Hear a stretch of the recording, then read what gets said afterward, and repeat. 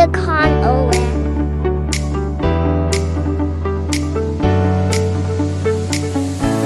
Apa itu mitosis? Mitosis adalah jumlah kromosom anak sama dengan jumlah kromosom ibu, iaitu 46 kromosom. Mitosis hanya mengalami satu tahap pembahagian sahaja, iaitu PMAC. P ialah profasa, M metafasa, A anafasa dan T telofasa. Mitosis melibatkan semua jenis sel. Ia bertujuan untuk pertumbuhan, perkembangan dan perbaikan. Mitosis hanya memisahkan kromatid tetapi bukan kromosom.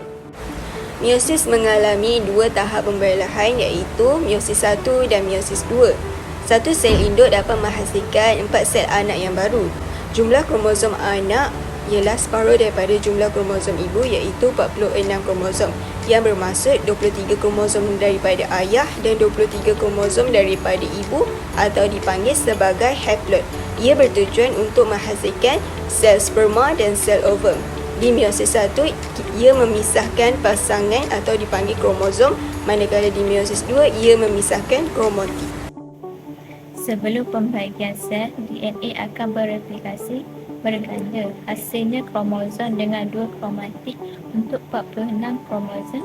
Pergandaan rantaian DNA membentuk rantaian baru daripada template rantaian asal. Tujuan replikasi kromosom untuk persediaan pembahagian antara base terbuka membentuk daughter stem mengikut asas pasangan base dibantu oleh enzim DNA dan protein. Apakah yang dimaksudkan dengan replikasi kromosom DNA? Replikasi kromosom ialah proses di mana DNA membuat salinan dirinya semasa pembahagian sel. Replikasi kromosom adalah salah satu proses paling asas yang berlaku dalam setiap sel. Setiap kali sel membahagi, kedua-dua sel anak yang terhasil mesti mengandungi maklumat DNA yang sama. Apakah yang dimaksudkan dengan kitaran sel? Kitaran sel ialah proses yang berlaku di dalam sel ketika sel tumbuh dan membahagi. Setiap pembahagian sel yang lengkap akan menghasilkan 2 sel anak perempuan baharu. 4 fasa pembahagian sel ialah fasa jurang pertama G1, fasa sintesis S, fasa jurang kedua G2 dan mitosis. Pembahagian fasa mitosis. Pembahagian fasa mitosis terbahagi kepada 4, iaitu profasa ialah persediaan kromosom menebal dan nukleus envelope kilang. Metafasa adalah kromosom berada di tengah-tengah, manakala anafasa kromosom membahagi, iaitu kromatid berpisah. Telofasa ialah pembahagian lengkap sel. Pertama sekali, profasa ialah pengikat pertama, sistem kromatik menebal dan memendek. Nuclear envelope kilang mendedahkan kromosom. Fiber terbentuk daripada centriole, iaitu organel yang berfungsi untuk menarik kromosom. Yang kedua ialah metafasa. Kromosom tersusun di tengah-tengah sel, iaitu pergerakan dibantu oleh fiber dan centriole. Yang ketiga ialah anafasa. Sentromere setiap kromosom ditarik oleh fiber menyebabkan sistem kromatik berpisah dan tertarik ke arah berlawanan. Keempat ialah telofasa, iaitu pembentukan 2 nukleus baru. Ianya muncul nuclear envelope dan proses sitokinesis berlaku membentuk 2 sel baru, iaitu pembahagian lengkap. Organel dan sitoplasma membahagi sama rata. Lokasi mitosis manusia. Zygote mempunyai satu sel, iaitu multicellular. Fetus ialah kanak-kanak, iaitu berlaku di semua sel. Dewasa ialah terhad. Red bone marrow pembentukan sel darah merah erythropoiesis. Yang kedua ialah lymphatic tissue pembentukan sel darah putih, iaitu limfosit dan lymphocytes. Epidermis ialah penggantian sel dua permukaan kulit. Hair follicle ialah pertumbuhan rambut. Gastro ialah intestinal tract, iaitu renal of epithelium. Dipengaruhi oleh hormon dan faktor dalaman. Sel yang tidak mitosis selepas dewasa ialah neuron dan sel otot yang memanjang. ulcer, penyakit yang disisirkan oleh pembahagian sel yang tidak terkawal membentuk tumor. Di sini saya akan menerangkan tentang pembahagian meiosis. Pembahagian meiosis melibatkan pembahagian kromosom homolog kepada 4 sel baru melalui 2 peringkat pembahagian iaitu meiosis 1 dan meiosis 2. Sebelum membahagi, sel akan melalui interfasa iaitu replikasi DNA dan persediaan untuk pembahagian. Pembahagian meiosis pertama mempunyai 4 fasa iaitu profasa 1, metafasa 1, anafasa 1 dan telofasa 1. Pada fasa profasa 1, berlakunya sister kromatik menebal dan memendek. Seterusnya, nuclear envelope hilang yang mendedahkan kromosom. Fiber juga terbentuk daripada centroid iaitu organelle yang berfungsi menarik kromosom.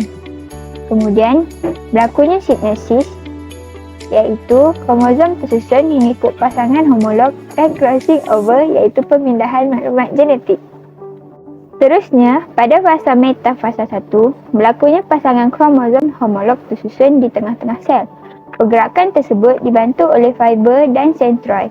Pada fasa anafasa 1 pula, pasangan kromosom homolog ditarik oleh fiber yang menyebabkan kromosom homolog berpisah dan ditarik ke arah berlawanan.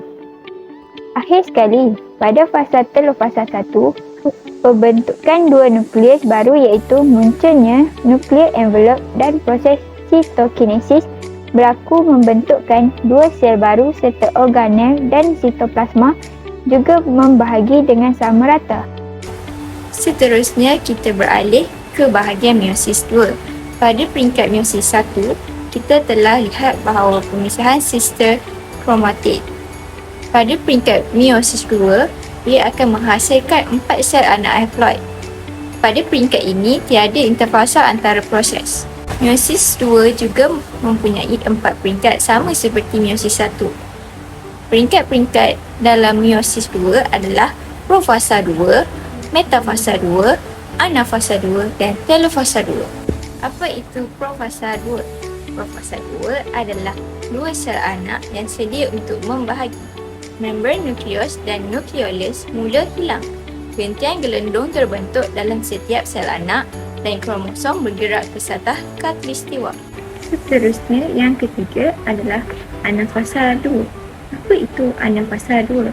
Anafasa 2 merupakan sentroma kromatik kembar mula membahagi. Pasangan kromatik kembar ini mula berpisah dan bergerak ke kutub bertentangan di sepanjang gelendung. Selanjutnya, peringkat yang terakhir dalam meiosis 2 iaitu telofasa 2. Telofasa 2 merupakan kromosom melepaskan pintalan yang memanjang semula. Kemudian, membran nukleus baru membentuk semula. Telofasa 2 berakhir dengan proses sitokinesis yang menghasilkan 4 sel anak haploid yang akan menjadi gamet. Tujuan bagi mitosis. Mitosis adalah yang terlibat dalam proses bagi membantu pertumbuhan, penjanaan semula dan pembagian sel-sel rosak ataupun yang lama. Ia berlaku dalam sel soma iaitu sel-sel tubuh organisma selain daripada sel-sel gamet iaitu set pembiakan seperti sperma ataupun ovum. Mitosis berlaku dalam sel tumbuhan dan sel haiwan pada tisu-tisu khusus. Mitosis hanya mempunyai satu pembahagian nukleus sahaja. Selain itu, mitosis juga melibatkan pembahagian kromosom ke sister kromatik yang terpisah. Ia mempunyai bilangan kromosom diploid dan menghasilkan 2 sel anak perempuan yang sama dengan 46 kromosom. Ia tidak melibatkan pemasangan antara kromosom homolog ataupun crossing over. Bilangan kromosom sel induk ditekankan dalam sel anak. Seterusnya sel anak ataupun mati sel seiras antaranya dan dengan sel induk. Seterusnya adalah meiosis. Tujuan bagi meiosis adalah pembentukan gamet bagi mengekalkan bilangan kromosom sel apabila sel-sel gamet bersenyawa. Ia berlaku dalam sel pembiakan iaitu testis dan ovari pada adalah untuk manusia dan haiwan, manakala enter dan ovari adalah untuk tumbuhan.